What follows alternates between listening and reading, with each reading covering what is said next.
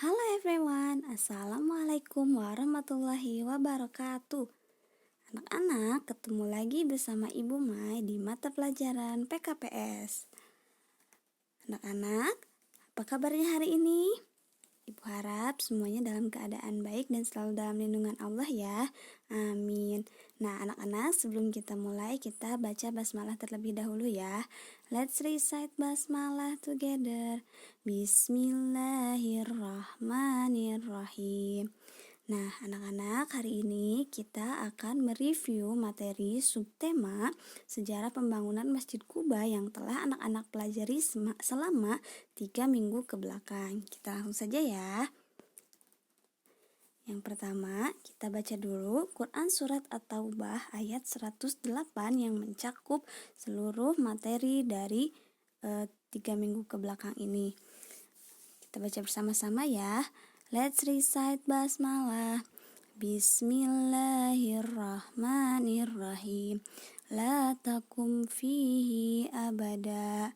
La masjidun usisa ala taqwa min awwali yawma ahakku ang taquma fihi rijalu yuhibbu ayatat tahharu wallahu yuhibbul mutahhirin, yang artinya janganlah kamu bersembahyang di dalam masjid itu selama-lamanya.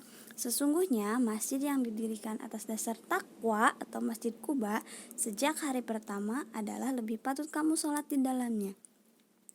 Dan di dalam masjid itu ada orang-orang yang ingin membersihkan diri. Dan sesungguhnya Allah menyukai orang-orang yang bersih. Nah, ini merupakan ayat yang menjadi dasar materi sejarah pembangunan Masjid Kuba ya anak-anak.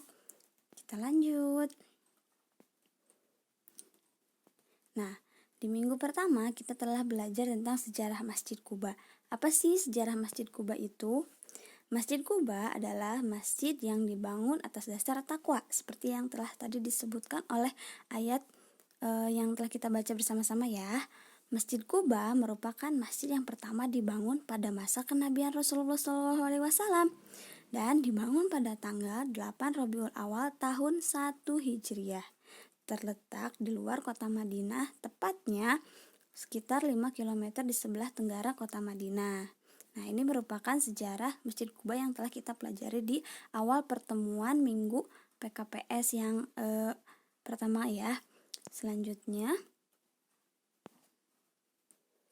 nah, kan tadi sudah dijelaskan tentang sejarah Masjid Kuba ya.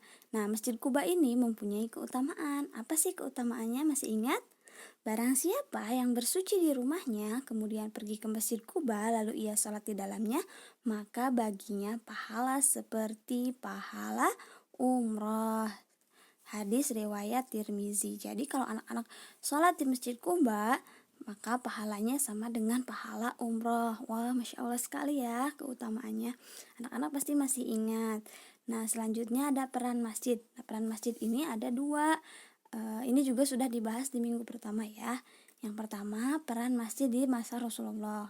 Waktu di masa Rasulullah, masjid itu sebagai pusat peribadatan, pusat pendidikan dan pengajaran, pusat pemberdayaan ekonomi umat melalui Baitul Mal, pusat informasi Islam, pusat peradilan, dan pusat pelatihan militer urusan-urusan pemerintahan Rasulullah.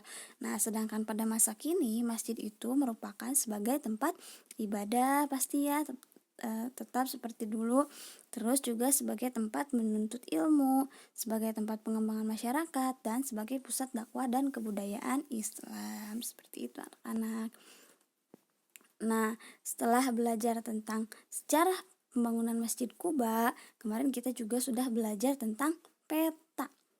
Ya, apa itu peta? Peta adalah gambaran sebagian atau seluruh permukaan bumi yang digambarkan pada bidang datar dan dengan menggunakan skala. Nah, masih ingat ya anak-anak? Nah, peta itu mempunyai fungsinya apa? Pasti udah pada tahu ya, cuman ibu ingatkan kembali. Yang pertama, menggambarkan permukaan bumi. Yang kedua, menunjukkan lokasi. Yang ketiga, mengetahui jarak suatu tempat. Dan yang keempat, menunjukkan potensi kekayaan alam. Seperti yang Ibu jelaskan sebelumnya, anak-anak juga pasti di handphonenya masing-masing ada peta ya, yaitu Google Maps. Itu juga bisa anak-anak gunakan dan mempunyai fungsi yang sama seperti peta yang di print seperti biasanya, malah lebih canggih ya anak-anak. Nah, Ibu ingatkan kembali mengenai komponen-komponen peta yang ada 7 itu, masih ingat nggak? Apa aja sih? Yang pertama, judul peta yang ada di atas itu ya, nama petanya, nama daerahnya, itu judul peta. Yang kedua, skala peta. Skala peta yang menunjukkan antara jarak yang ada di peta dengan jarak yang sebenarnya. Lalu petunjuk arah, legenda peta yang memuat simbol-simbol, lalu ada garis koordinat peta, garis tepi peta, dan tahun pembuatan peta. Nah, kita lanjutkan ke materi yang paling kemarin nih, yang masih baru, yaitu jenis peta. Ada apa aja sih jenis peta? Nih, yang pertama, ini peta apa, masih ingat? Ya, ini peta umum. Peta umum adalah peta yang menggambarkan hampir semua unsur ketampakan wilayah. Dalam peta umum, semua ketampakan alam dan buatan digambarkan secara umum, misalnya perkampungan, sungai, gunung, laut, dan danau. Dan jenis peta yang kedua, yang kemarin anak-anak sudah cari, masih ingat? Yaitu peta khusus. Apa itu peta khusus? Peta khusus disebut juga peta tematik. Peta khusus adalah peta yang menggambarkan tema tertentu atau suatu ketampakan di permukaan bumi. Contohnya, peta persebaran fauna, peta persebaran flora, peta curah hujan, dan peta wisata. Nah, dalam peta juga ada yang namanya simbol-simbol ya, pasti anak-anak semuanya pernah melihat simbol-simbol yang ada di peta. Ada 2 simbol, yang pertama yang menunjukkan jalan raya, rel kereta, kota, dan lain sebagainya yang merupakan lingkungan buatan, yaitu dinamakan simbol budaya. Apa itu simbol budaya? Yaitu simbol yang mewakili ketampakan budaya. Misalnya jalan, rel kereta api, kota, dan lain sebagainya.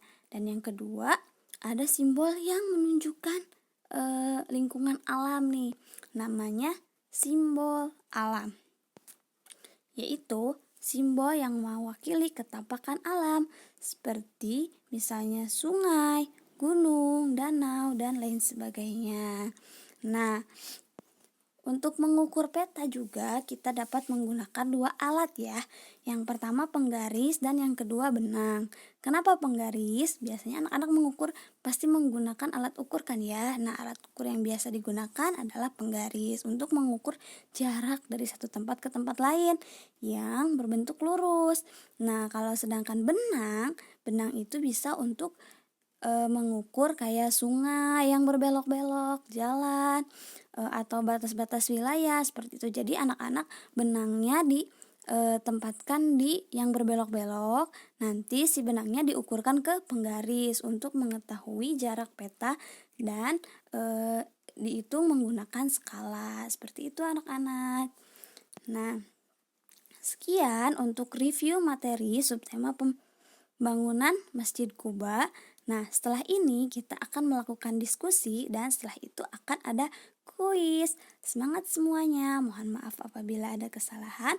Wabillahi taufiq wal hidayah. Wassalamualaikum warahmatullahi wabarakatuh. See you.